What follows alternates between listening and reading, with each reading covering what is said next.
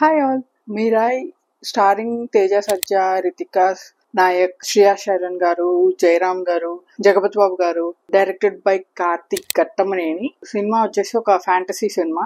హిస్టరీలో జరిగిన ఒక యుద్ధకాండ నుంచి తీసుకున్న ఒక రాజు యుద్ధంలో గెలిచి మానసికంగా మారిన రాజు పశ్చాత్తాపం వల్ల వచ్చిన నాలెడ్జ్ అంతా కొన్ని బుక్స్ లో పెడితే ఆ బుక్స్ అన్ని కొంతమందికి ఇచ్చి వాళ్ళని ప్రొటెక్ట్ చేయమంటే ఆ ప్రొటెక్షన్ ప్రాసెస్ లో విలన్ వచ్చి మంచు మనోజ్ గారు విలన్ ఇందులో విలన్ వచ్చి వాటిని తీసుకువెళ్లే క్రమంలో హీరో తేజ సజ్జా వచ్చి ఆ గ్రంథాలన్నింటినీ కాపాడే స్టోరీ ఇది. పాజిటివ్స్ వచ్చేసి మ్యూజిక్, బీజిఎం అండ్ విఎఫ్ఎక్స్. ఈ మధ్య వచ్చిన సినిమాల్లో బెస్ట్ విఎఫ్ఎక్స్ ఈ సినిమాదే. తేజ సజ్జా గారు, మంచు మనోజ్ గారు, జగపతి బాబు గారు, శ్రేయా శరణ్, అసలు everybody did the best. Acting పరంగా అసలు ఎక్కడ పాయింట్ ఇది అని లేదు. ఇంకోటి కామెడీ. సినిమాలో ముగ్గురు క్యారెక్టర్స్ చాలా హిలారియస్ గా ఉన్నాయి. అందులో గెటప్ సీన్ గారు ఉన్నారు అండ్ ఇంకొక ఆయన హీరో ఫ్రెండ్. అతను ఏ సీన్ వచ్చినా అని ఎక్స్ప్రెషన్, షాక్ అయినట్టు ఎక్స్ప్రెషన్ పెట్టడం అతని క్యారెక్టర్. సినిమా అంతా వేరే ఎక్స్ప్రెషన్ తక్కువ ఉంది, వేరే మాటలంతా.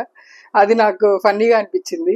ఏ సీన్ అయినా వెంటనే కెమెరా అక్కడికి వెళ్ళిపోయి ఆయన ఫేస్ చూపిస్తారనమాట. ఇంకొకళ్ళు పోలీస్ క్యారెక్టర్ చేసిన ఆయన, హీ వాజ్ వెరీ ఫన్నీ. ఆయన రోల్ మొత్తం, ఒక క్యారెక్టర్ మొత్తం చాలా ఫన్నీగా ఉంది. నెగటివ్స్ వచ్చేసి క్యారెక్టర్స్ సెట్ కాలేదు, ద స్టోరీ టెల్లింగ్ సెట్ కాలేదు. మంచు మనోజ్ గారు విలన్ అని చూపిస్తారు, ఆ క్యారెక్టర్ నాకు అసలు డైజెస్ట్ అవ్వలేదు. His character needed more validation.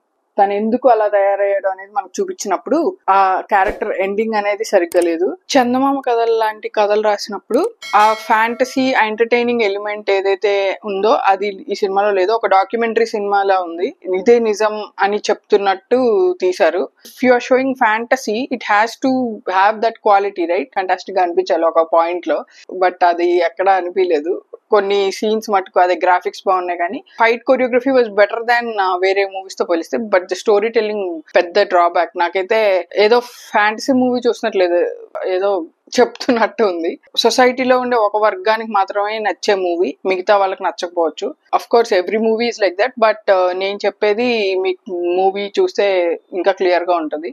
ఈ మధ్య కాలంలో అలా వచ్చే మూవీసే ఎక్కువైనాయి. ఇంకొకటి నాకు అర్థం కాని విషయం ఏంటంటే, ఒక కింగ్ ఓడిపోయి పశ్చాత్తాపంతో తన వచ్చిన జ్ఞానాన్ని ముందు తరాల వాళ్ళకి వెళ్ళాలి అని రాసుకున్నప్పుడు ఆ జ్ఞానం అందరికీ అందించేలాగా ఉంటే బాగుంటది, కానీ ఎవరికి ఆ నాలెడ్జ్ పంచకుండా ఉంచారనేది అర్థం కాలేదు. It might be debatable. Knowledge protection వేరు, నాలెడ్జ్ పంచటం వేరు. ఇందులో మనోజ్ గారి క్యారెక్టర్ లో నాకు ఇన్ఫాక్ట్ సింపతి వచ్చింది అతని గ్రోయింగ్ అప్ చూసినప్పుడు. అప్పుడు అలాంటి క్యారెక్టర్ బ్యాడ్ సైడ్ వెళ్ళినప్పుడు why not make him understand what is good instead of making him as Thanos. Manoj గారి క్యారెక్టర్ చూస్తే డాక్టర్ స్ట్రేంజ్ థానోస్ గుర్తొచ్చారు. ఇందులో కూడా ఒక మొఘల్ కింగ్ నేమ్ వినపడుతుంది. సో మనం ఎందుకో ఈ మధ్య మొఘల్స్ గురించి ఎక్కువ తెలుసుకుంటున్నాము. సినిమా స్టార్ట్ అయ్యేది ఇతిహాసం గురించి మీనింగ్ చెప్తూ, మనకి ఇతిహాసం గురించి మీనింగ్ తెలియదు అన్నట్టు మరి వాళ్ళు ఎక్స్ప్లెనేషన్ ఇచ్చారు, ఎందుకు ఇచ్చారో తెలీదు.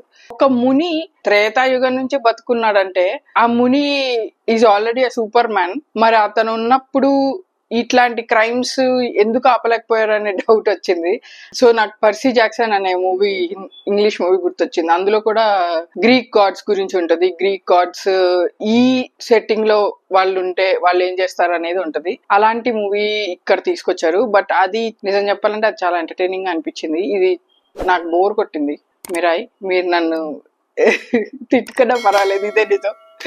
Thank you, bye.